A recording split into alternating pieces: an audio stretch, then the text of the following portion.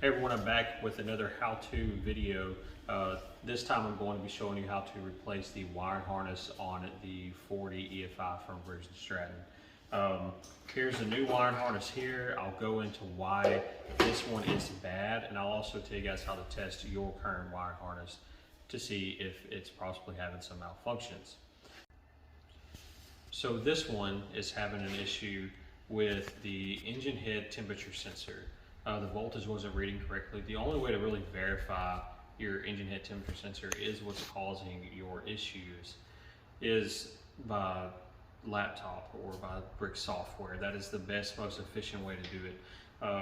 What some of you guys may experience, like this customer experienced, was after the engine got warm and it got up to operating temperature, 10 minutes or so, they would go down the water, then just start cutting off, and then it would cut completely, and then after it cooled down, of course, it would fire back up. That is a telltale sign of the engine head temperature sensor gone bad. You can disconnect it from the cylinder head, and a lot of times it'll fire back up. Now, it won't allow you to get on plane, but you could, in a bind, take it off, get yourself back to the boat launch. So we have a new one here today, new sensor. The only way to fix that problem is to buy a new harness. Briggs deems that as non-repairable or non-serviceable. So today I'm going to replace that harness, but I also want to show you some other things you can see. If that's not the particular problem that you're having, I'll kind of go through some really quick things that can show you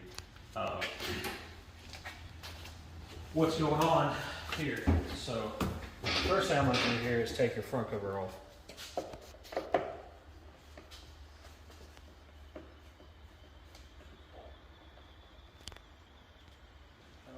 Here. So you're gonna pull this away. Show the camera to you.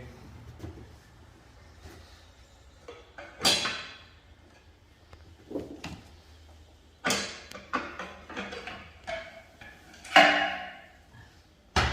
right. Yeah, so we take the screws out of there.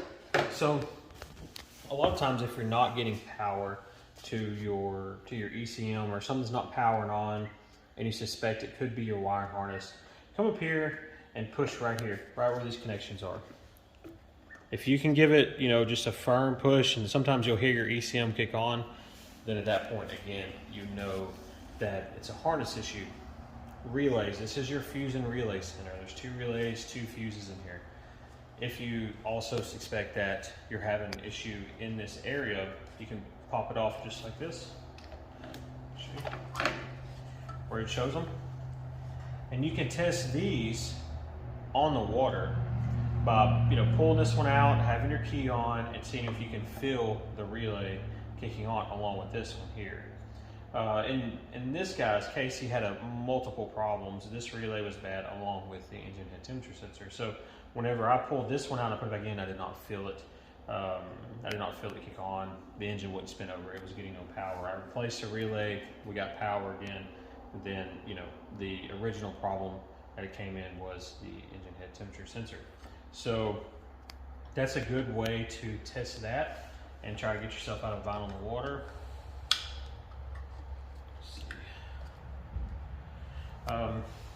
Other than that, you got to make sure you have power. Sometimes your ECM may be bad. Those rarely, I say rarely, they go bad. There's a low chance that that's it. A lot of times it's a relay or it's in the harness itself. The next thing that can give you a telltale sign that your harness is bad, if you guys are out running and you reach 3,800 RPMs, that's really what I've noticed the threshold is with most of these. It's 3,800 RPMs. Above that, you'll notice that your engine starts cutting out. If you check all your grounds, you have one here that needs to be there, one on the side, there's one on the intake runner there.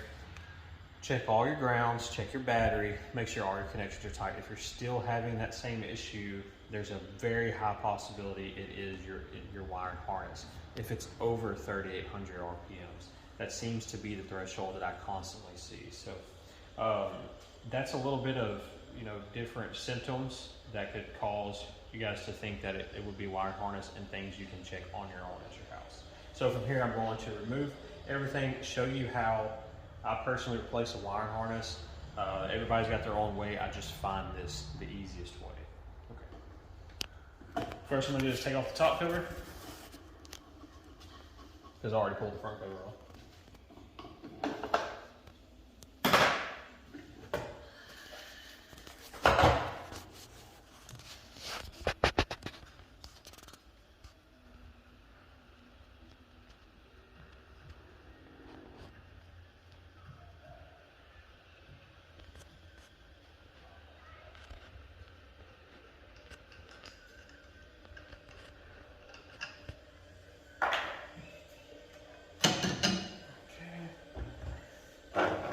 Disconnect your bag to get that out of the way. Give me the 10 millimeter on that ratchet wrench thing over there. That's the blue one. 10 millimeter on top.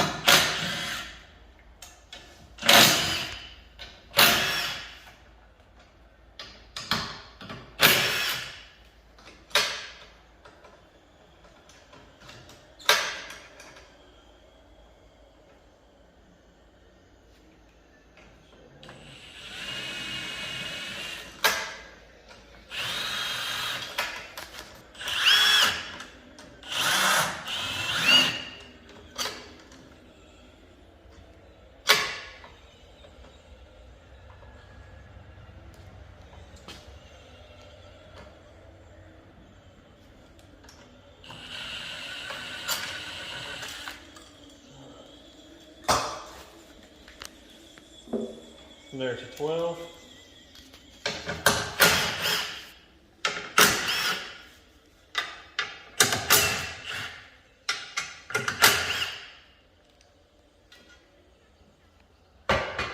After that, you have an exposed throttle body. So from there, what you're going to want to do is take a Phillips head screwdriver or an 8 millimeter, depends on how these turn out.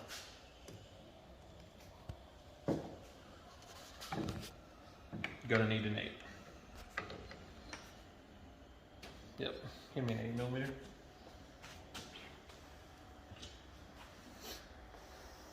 Thank you.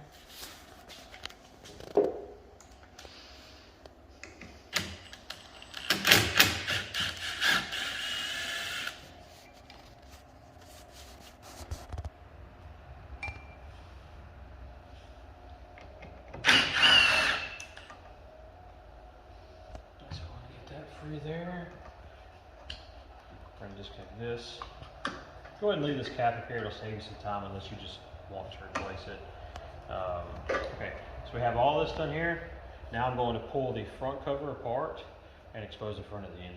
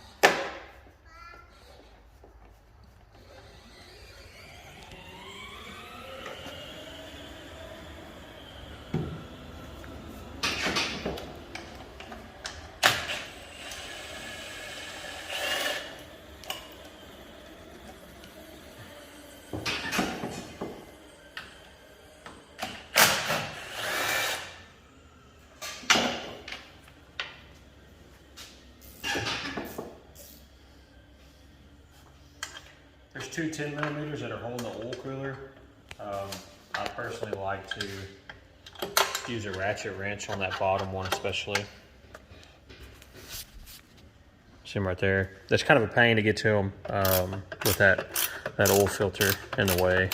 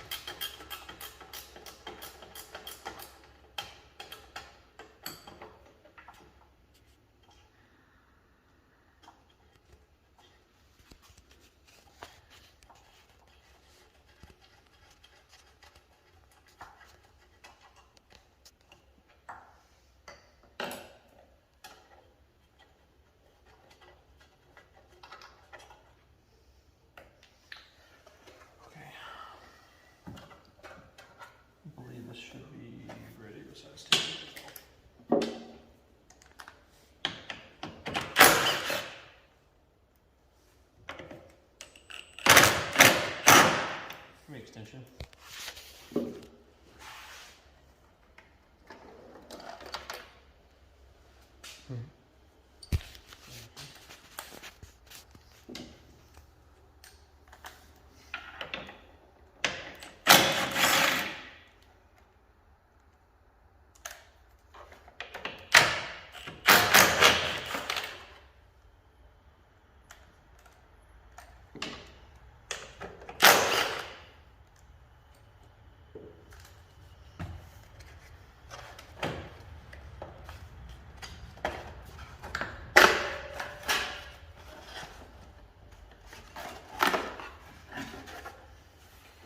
So now the front of your engine is exposed. You have your ECM loose. You have this loose here.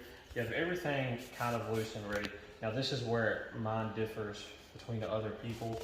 Is yes, you can fight this thing through here. I go ahead and loosen up your intake bolts here. And what that's going to do is it's going to cause, once you slide it out, it's going to cause a bigger gap here. And to me, it makes life easier.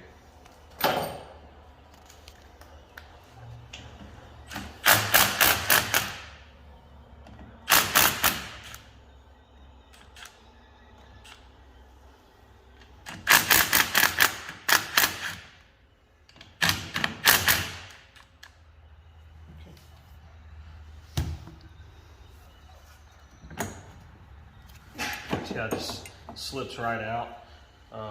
Gives you just a little bit more to play with there. Your gaskets behind there, they're going to be fine. I mean, it's a good chance to take that opportunity to inspect them, but you're most likely good. So right back here, you can see I've already taken this off, but this is a Torx head. This is your engine head temperature sensor. This was what went faulty. As you can see, it's a hardwired piece. It's not a like a plug and play. So Briggs deems it as non-serviceable. So from there, we're going to start unplugging it. This is the IAC valve here.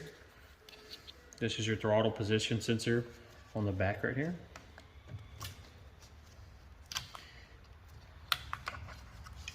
Okay. Crankshaft position sensor. Some of you guys may have seen those as codes. Right here is your injectors. There's a little green tab on those that needs to be pushed up. There it goes. Just put it like that. See the green tab? You gotta be able to push that up to let it unclip.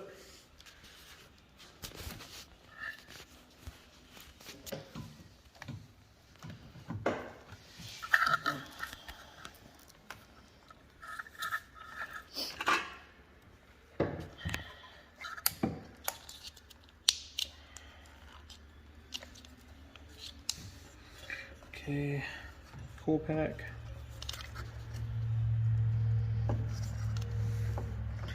Looks like I need to get in there with some needle nose and start getting all these zip ties out.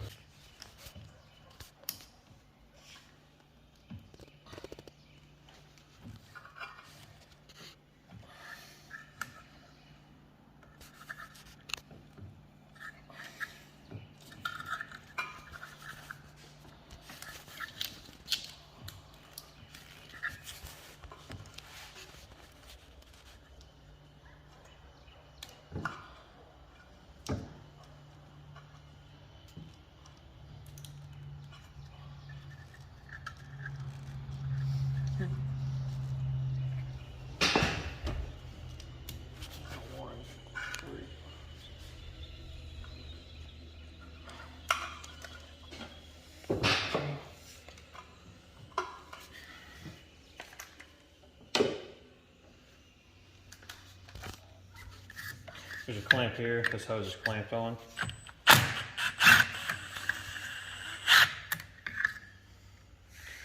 For your filling hose. I'll pick that up, that way I can pass this injector underneath it freely without trying to put a bind on anything. Okay. There's a little flow back here.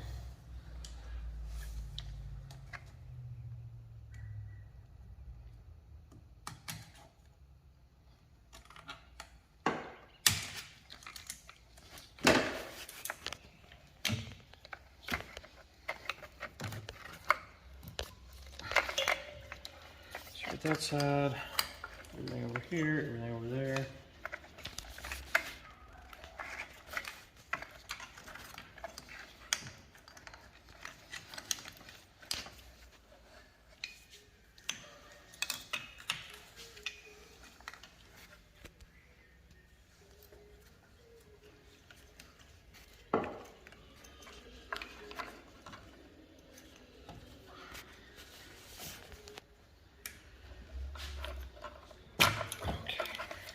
There's that. Okay, so now we have a free harness here. If you look on top here, on top of the fuel pump, right there, take that off. Okay, move this out of the way here.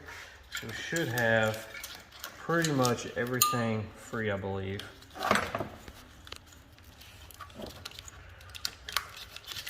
Ready to take this old harness out completely.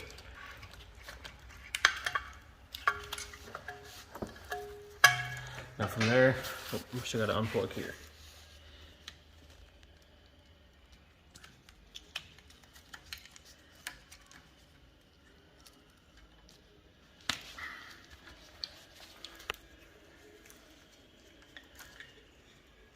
Still got to take it off the back of the starter.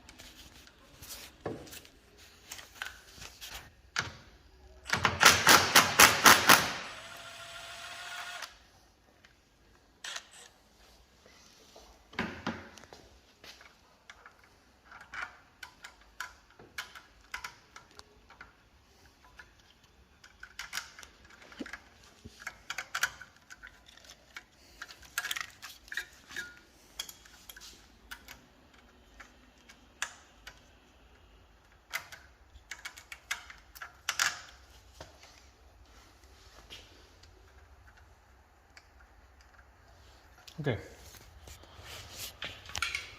Harness is free. Oh, I forgot. There's that screw I was telling you about. That is the other ground right here. Sometimes they mount it. Sometimes it's mounted to the intake runner. Sometimes they mount it here.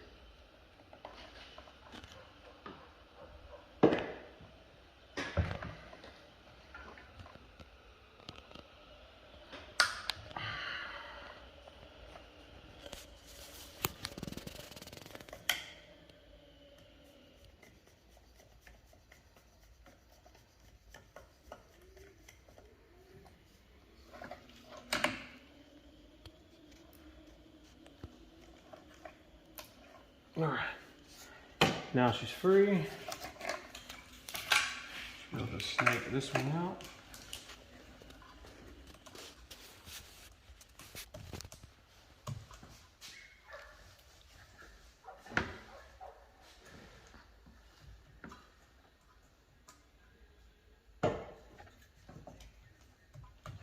And we're hanging on the other side.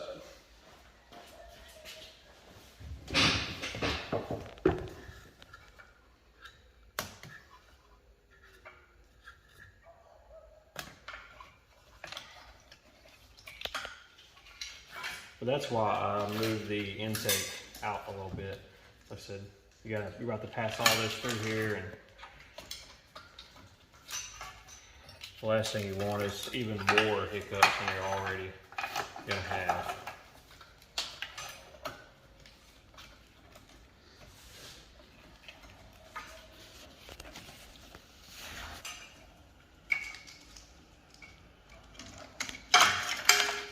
Okay. That's the old one. This one's gonna go the same way. And if you're confused on which side's which, just know that your cap, this side, and that's gonna pretty much be your telltale sign of where everything else in this system goes.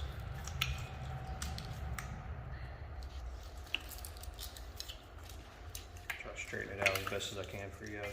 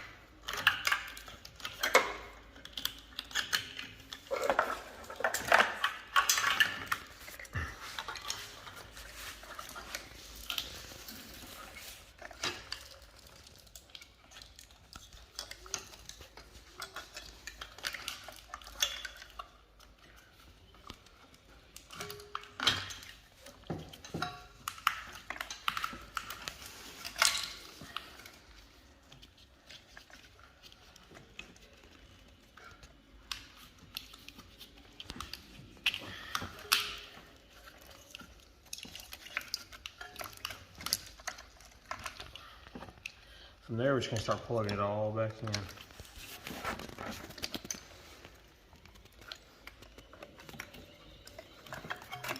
From the new harness. Push in there, flip it down.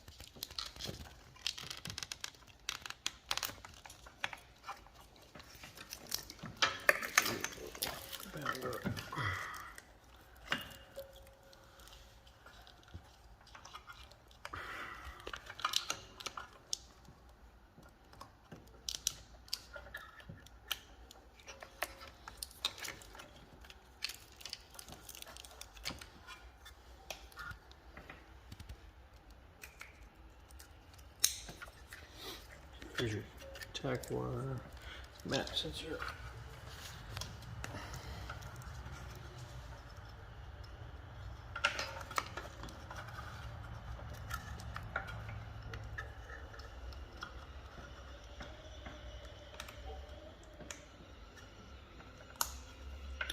All right. Now from here, you just, this piece was bad on the current harness. As you can tell, it's got a spot here. Put it there, plug in the back side there. remember to hook your ground here up to your ECM. This ground on this side goes right back here and bolts down there.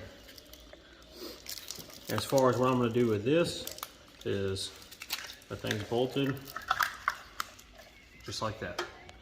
That's going to save you some time. This right here is the top for your high pressure pump.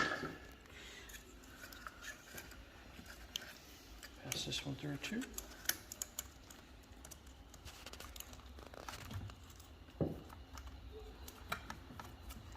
As you can tell, I'm giving myself a lot more room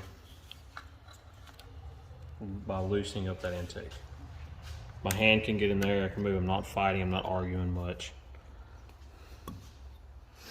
All right, so from here, like I said, I'm gonna hook up my ground, I'm gonna hook that back up there, and then after that, I'm gonna bolt the front back on, and she's done. This one's been done. Of course, tighten up my intake bolts here. But that's how you change the wiring harness. This is my way of changing the wiring harness. It's the simplest way that I found, and I hope this helps you guys if you're trying to do this at home, or maybe trying to start working on these and need a little extra help or need a tip. Maybe I can share some experience that I've learned and an easier way to change these without fighting all the wires and really just having a big headache here. So anyway, so that's it. I'm gonna get this one done and buttoned up. Till next time, guys.